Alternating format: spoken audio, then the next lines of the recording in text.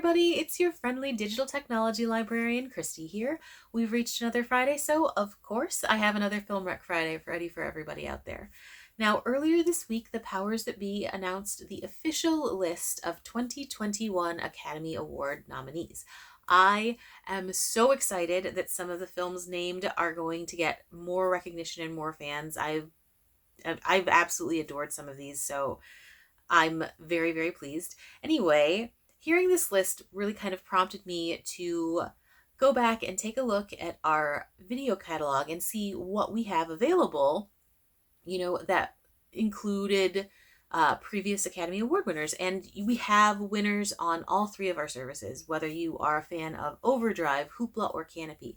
But far and away, if you are a fan of critically acclaimed films, you really, really have to check out Canopy.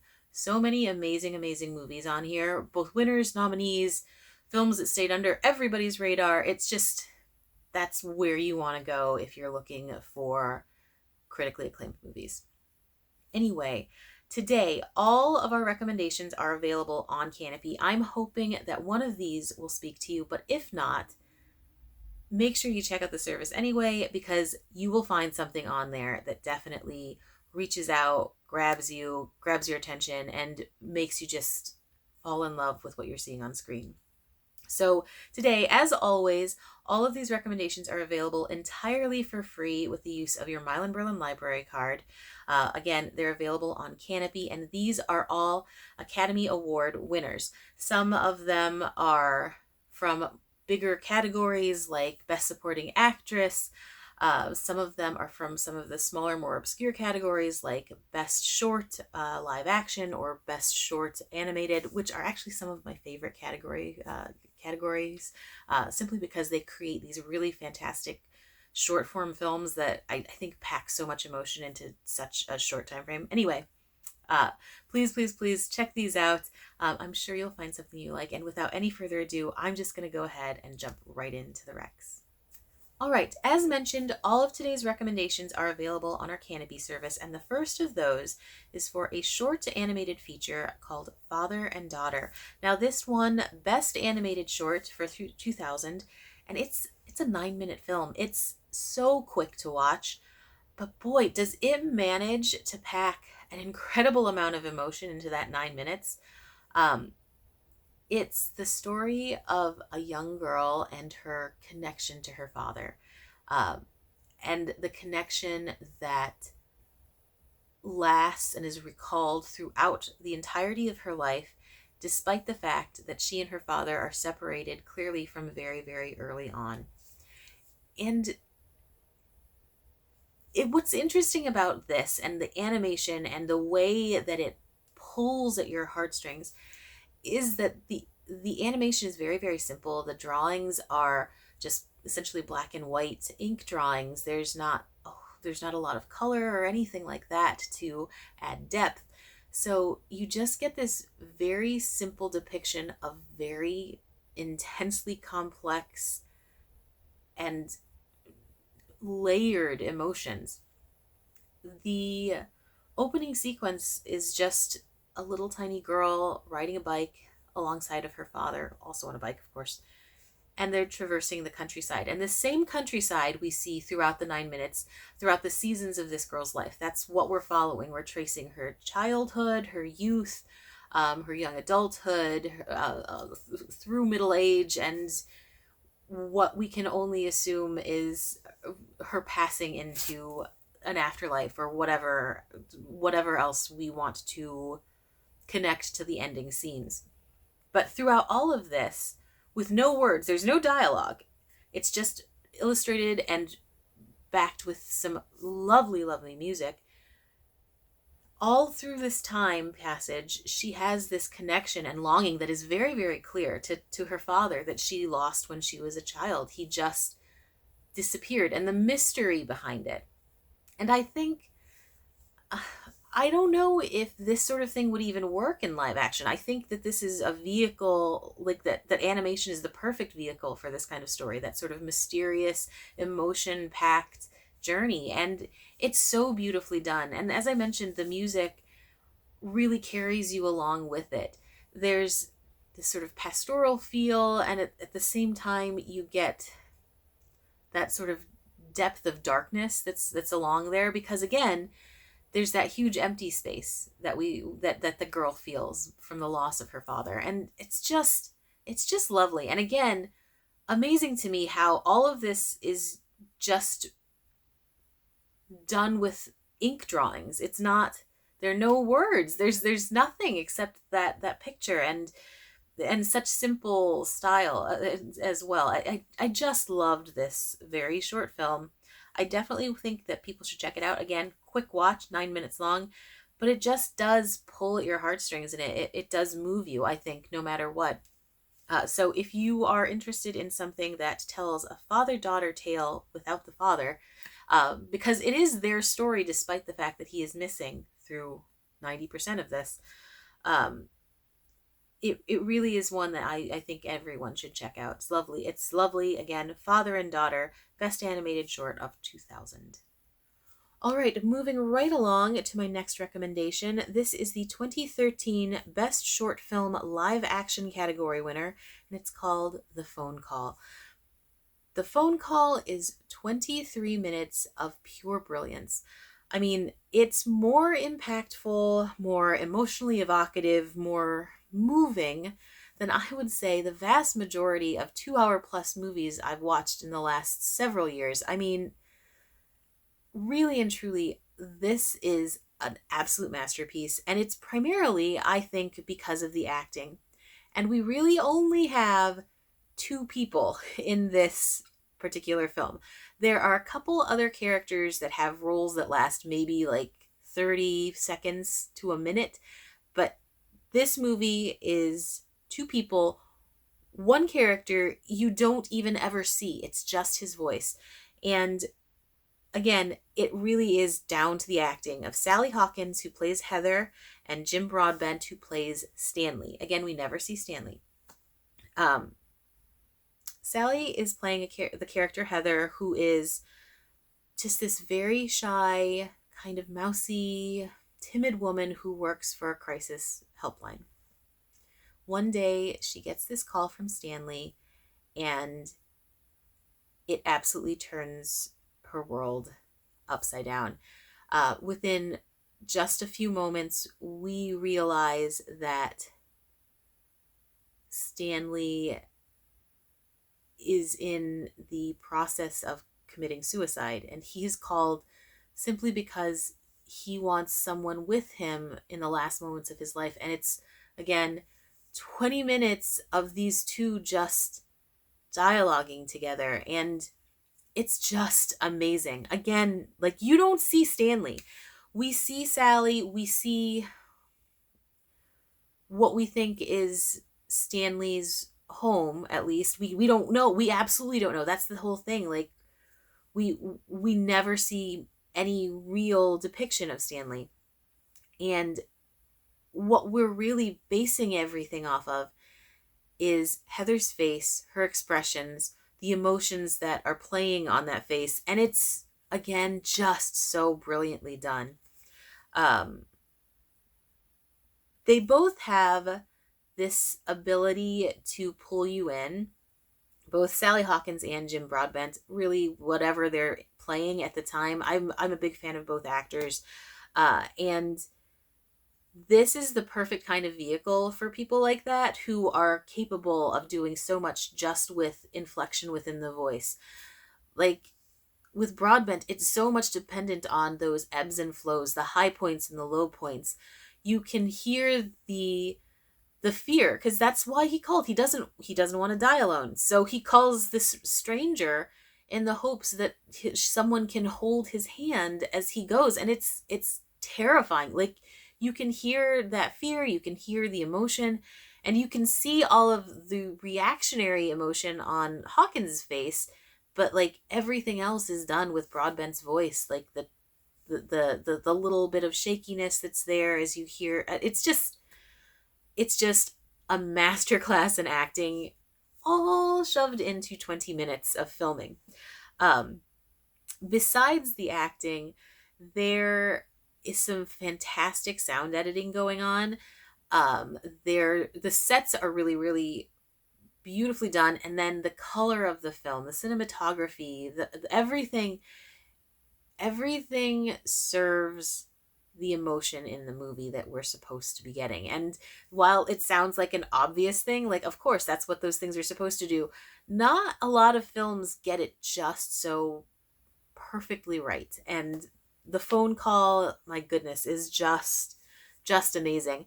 Um Obviously, since we're talking about a character who is suffering from depression, and there's so many layers to that character that we unpack in that 23 minutes, it's a rough watch. It's not one of those like sunny flowery films, but at the end it's not entirely bleak. You get this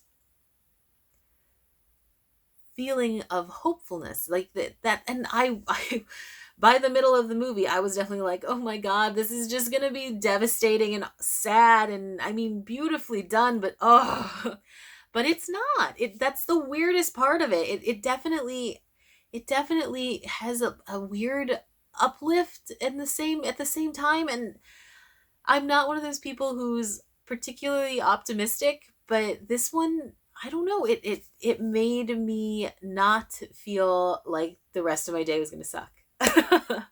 So, if you are looking for a very quiet film, a film that packs a serious emotional punch, um, if you like movies that really force you to feel, like, I mean, there's no way to watch this and not feel something.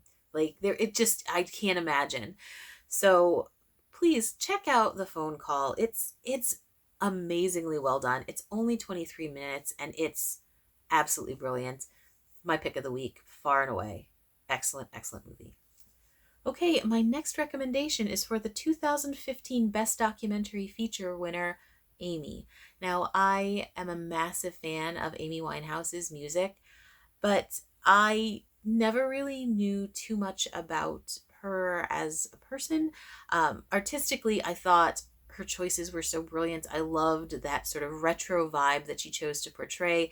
The tone of her voice was so interesting to me, and also like the style with which she would sing. I found all of that public persona really, really well done.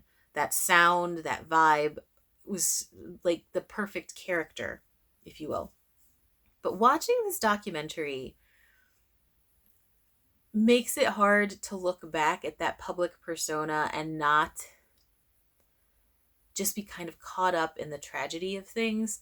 Um, Winehouse, of course, passed away due to an overdose of alcohol in her system. She had difficulties with addiction and with some drug abuse.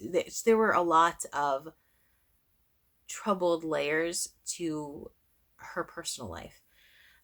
But what this documentary does really, really well is it unravels a lot of pieces in a very respectful way that I think fans never really got to know. It's really, this documentary is really very, very moving. Um, we get to see Amy Winehouse grow up in front of us. We see her as a child performing with friends, like not without the eyeliner, without all of the sort of uh, difficulties that she was carrying with her as she grew older. And we see the way things sort of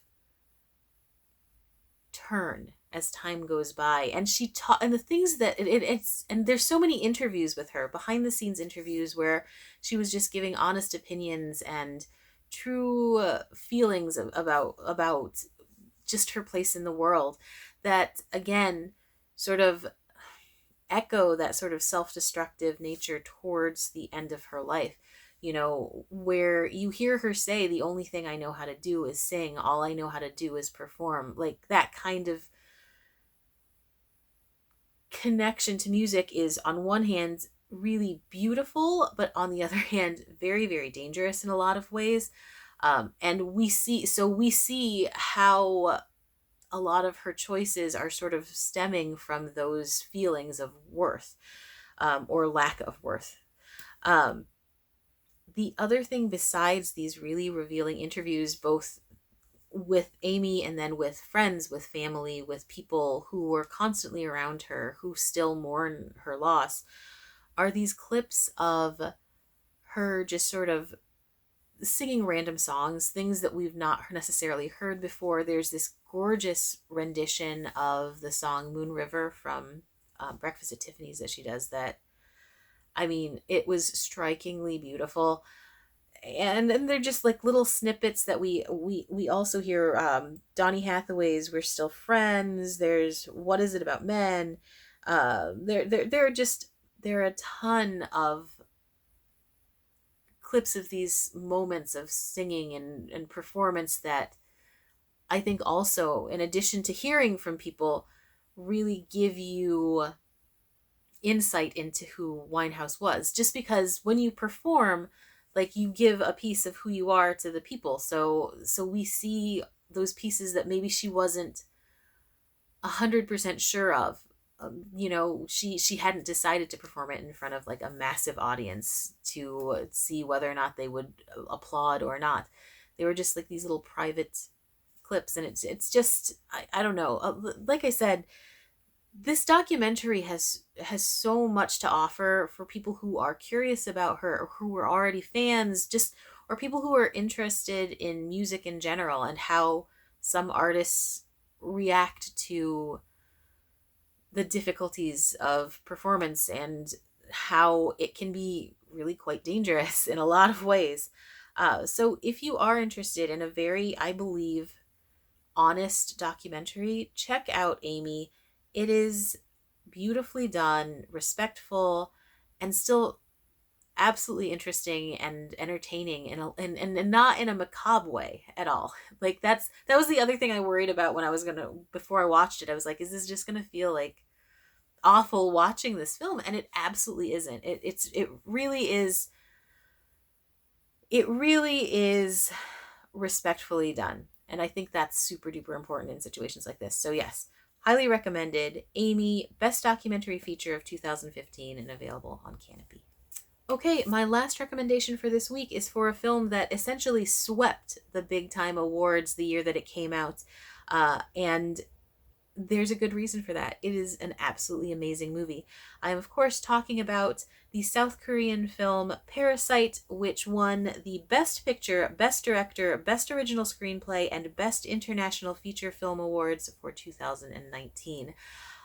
Parasite is directed by Bong Joon-ho. He is an incredible, incredible director and screenwriter. I have followed his career for years. He's done amazing, amazing films, many of which I think are just as good as Parasite. But I think Parasite came out at just the right time, when thematically, and globally, and just the situation we were in at the time, it really resonated with a lot of people. Parasite is primarily dealing with wealth disparity, class conflict, socio inequality, and economics. I mean, these are themes that have been touchstones for Bong Joon Ho throughout his career. I mean, I can't think of a single movie he's done that doesn't touch on these things, or really use them as central themes. But Parasite just manages to be one of those films that can resonate with anyone, no matter where they are or what they're doing. It works. It just works. Of course, this film is in Korean, so you do have to watch subtitles. But again, as I've said many, many times, this movie totally worth the subtitle time. Just saying.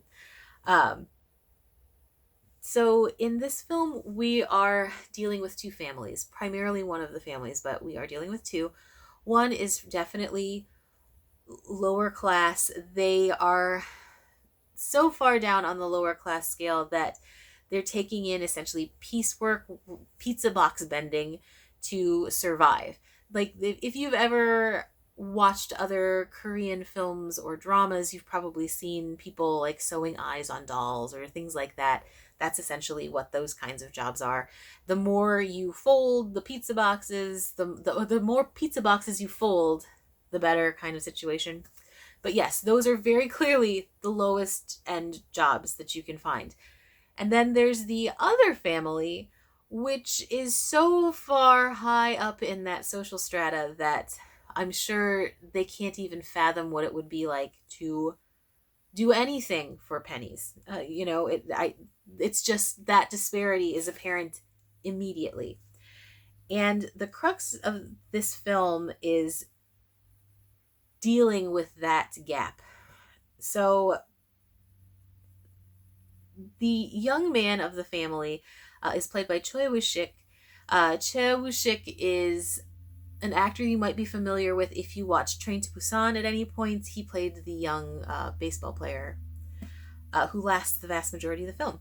And he has a friend who was supposed to tutor one of the members of the very wealthy family.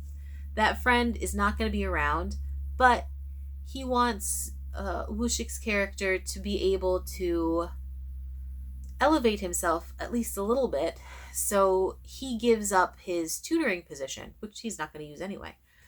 So Woo-shik manages to get this job as a tutor when he has no credentials, no nothing. It just happens that he knew somebody who could get him an in. He takes the job. And that starts this snowball of grifts that this is definitely a dark comedy. It's hilarious, but it's also awful. He manages to help other members of his family get positions as the help for this wealthy family, and then those members get positions for the other members. It's this, again, snowball. And soon everyone from that lower class family is essentially working for this wealthy family. There's lots to be said about that situation to begin with. That clearly Bong Joon-ho is making commentary about the wealth of these people not necessarily having to do with intelligence or knowledge of the real world or anything, but again, sidebar. And so this story starts out as this a pretty comic situation. It's definitely over the top in a lot of ways in that regard, but then it takes a turn. Many of Bong Joon-ho's films do that, but this one is a turn that, like, I just honestly did not see coming at all. And that's what I love about his films. Like, he throws some crazy curveballs in there, and they work. They do feel organic. They feel legit. So I don't fault him for that at all. But they are quite jarring. You do feel like, oh, I'm watching this kind of, no, I'm not watching that kind of movie at all. I'm watching this kind of movie. And then you're not watching that kind of movie again.